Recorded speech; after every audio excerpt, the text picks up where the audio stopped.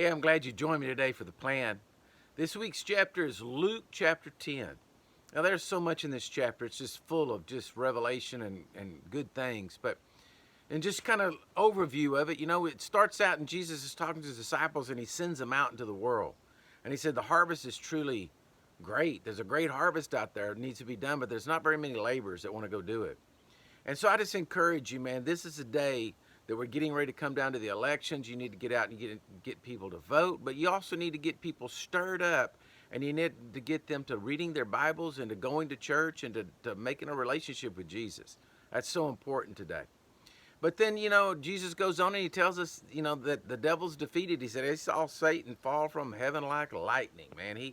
He crashed and burned. And I want you to know the devil is defeated in your life.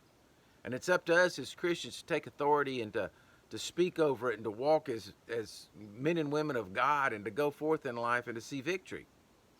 But then, he runs across this old lawyer and this guy says, hey, what's the greatest commandment, or what should we be doing to be right with God? And he says, oh, well, I tell you what, love the Lord your God with all your heart, with all your soul, with all your might.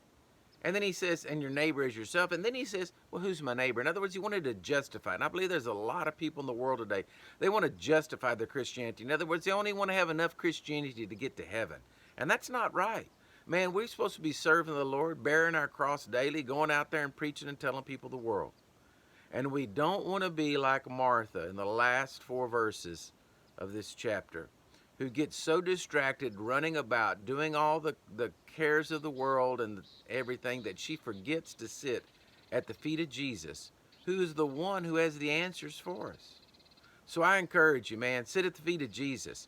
Let him minister this word to you. Get it down in your heart and tell others about it. Hey, God bless you, and I'll catch you next week.